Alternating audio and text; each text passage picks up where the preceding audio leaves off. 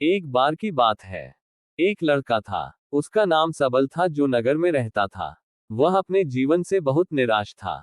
उनकी निराशा का कारण ये था कि वह अब तक अपने जीवन में कुछ नहीं कर रहा था। उसके माता पिता उसे ताने मारते थे कि आपके सभी मित्र कुछ न कुछ कर रहे हैं, लेकिन आप अभी भी घर बैठे हैं। दोस्तों के बीच भी अक्सर उनका मजाक उड़ाया जाता था। वह कहीं जाता तो लोग उससे पूछते कि आप क्या कर रहे हैं। उसे यह बताने में भी शर्म आ रही थी। वह कुछ नहीं कर रहा था। धीरे धीरे उसने रिश्तेदारों से मिलना जुलना कम कर दिया और लोगों से मिलना भी बंद कर दिया। वह ज्यादातर समय घर पर ही रहता है। वह अकेला रोता है और भगवान को कोसता है और अपनी किस्मत को दोष देता है। अब उसे अपना जीवन बोझ लगने लगा था। कभी कभी वह सोचता कि कब वह कुछ करने के योग्य बनेगा, और फिर वह सोचता कि जिंदा रहने से अच्छा मर जाना है। एक दिन वह अपने नगर की एक गली से गुजर रहा था। तभी उसने देखा कि एक उपदेशक दुख और परेशानियों पर उपदेश दे रहा है। वह भी उसी भीड़ में सबसे पीछे बैठ गया और गुरु के प्रवचन सुनने लगा। उपदेशक कह रहा था, दुख एक शिक्षक की तरह है, जो हमें जीवन की सच्चाई दिखाता है और हमें जीने का सही तरीका सिखाता है। आप चाहें तो जिंदगी जीना भी सीख सकते हैं। गुरुजी उपदेश दे रहे थे कि तुम चाहो तो कुछ भी हासिल कर सकते हो, और अगर चाहो तो एक कोने में बैठकर रो सकते हो। इन सभी बातों को सबल ध्यान से सुन रहा था, लेकिन शिक्षक की यह बातें पसंद नहीं आई। उसने खड़े होकर कहा कि कुछ भी सिखाने से दुख दूर नहीं होता। इसमें केवल दर्द होता है। दुख की पीड़ा अनंत है, ऐसा लगता है कि इसके बाद कुछ होने वाला नहीं है। इससे कुछ भी फर्क नहीं पड़ता है। इसके सामने तो मौत भी छोटी लगती है। उपदेशक ने कहा, फिर तुम्हारा दुख क्या है? सबल ने उसके सामने अपनी सारी व्यथा सुनाई और पूछा, मेरे दुख का कोई उपाय है तुम्हारे पास? ये सुनकर शिक्षक मुस्कुराए और बोले, तुम उस दिन मेरे पास आओ जब आपके जीवन में वास्तविक दर्द हो। मैं आपकी समस्या का समाधान अवश्य करूंगा। ये कहकर गुरु वहां से चला गया। सबल ने सोचा, कहीं मेरा दुख नकली तो नहीं है? क्या मैं जिस दर्द से गुजर रहा हूं वह नकली है?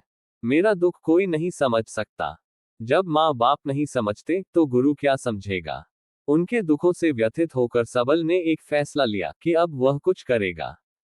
सबल ने एक छोटा व्यवसाय शुरू किया, पर उसे सफलता नहीं मिल रही थी, लेकिन उसके घरवाले पूछते हैं कि क्या वह कुछ कोशिश कर रहा है।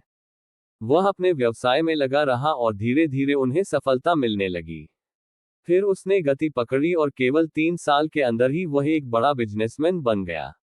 अब सबल के आसपास ऐसे कई लोग थे जो उसकी परवाह करता था, जो उससे प्यार करता था। अब उनके परिवार के सदस्य भी उसकी तारीफ करते नहीं नहीं थक रहे थे। दिन ब दिन उसके मित्रों की संख्या बढ़ती जा रही थी। अब वह अपनी जिंदगी से बहुत खुश था। उनके कुछ दोस्तों ने उन्हें सलाह दी कि जब आप एक बड़ा बिजनेसमैन बनकर बहुत खुश हैं, तो सोचिए आपको कितनी खुशी होगी अगर आप इस शहर और इस राज्य के सबसे बड़े बिजनेसमैन बन जाते हैं। कितने लोग आपसे जुड़ना चाहेंगे, आपकी कितनी बड़ी ख्याति होगी, और स्वयं राजा भी आपसे दोस्ती करना चाहेंगे। और जरूरत पड़ने पर ही आपसे पैसे उधार लेंगे। दोस्तों की यह बात सबल के मन में घर कर गई। अब वह और पैसे कमाने की कोशिश करने लगा, लेकिन उसे ये सब बहुत ही जल्दी चाहिए था। वह समय बर्बाद नहीं करना चाहता था। उनका अधिकांश समय इन चीजों को प्राप्त करने में गलाने लगा। इसलिए वह ऐसे काम करने लगा जो सही नहीं था। उसने बड़ा उधार लेना शुरू कर दिया। उसके दोस्तों से पैसे की मात्रा और अधिक मुनाफा कमाने के लालच में वह अपने माल में मिलावट करने लगा। उसने अन्य व्यापारियों के खिलाफ भी साजिश रची और उन्हें डराया धमकाया, जैसा उसके दोस्त कहते थे वैसा ही करता था। वह इन तरीकों से ज्यादा पैसा कमा रहा था, पर अब उसके जीवन में पहले जैसा चैन न था। उनके मन की शांति गायब हो गई थी और वह रात को सो नहीं पाता था। वह हंगामे में रहता था। वह सब कुछ पाकर भी उन्हें किसी चीज में सुख नहीं मिल रहा था। एक दिन सबल अपनी गाड़ी में कहीं जा रहा था। तभी रास्ते में उन्हें उपदेशक का आश्रम दिखाई दिया। वह रुका और गुरु के पास जाकर बोला, संत, आपने मुझे मेरे पास आने के लिए कहा था जब मेरे जीवन में सच्चा दुख आता है। अब मैं बहुत दुखी हूं कि मेरी नींद हराम हो गई है।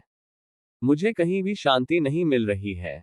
इस प्रकार सबल ने अपनी सारी समस्याएं गुरु को बता दी। गुरु ने कहा, जब तुम पहली बार मुझसे मिलने आए थे, तब भी तुम किसी दुख में थे। आपने उस दर्द से क्या सीखा?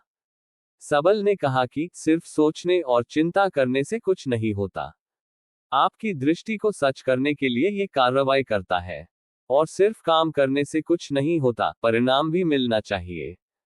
जब आपको लगता है कि आपका लक्ष्य हासिल नहीं होने वाला, तब राह में चाहे कितनी भी मुश्किलें आ जाएं, मन कितना भी निराश क्यों ना हो, कितना भी लगता हो कि अब कुछ नहीं होने वाला है, तभी विश्वास करें, मैं जो भी कर रहा हूं उसमें अवश्य सफल होऊंगा।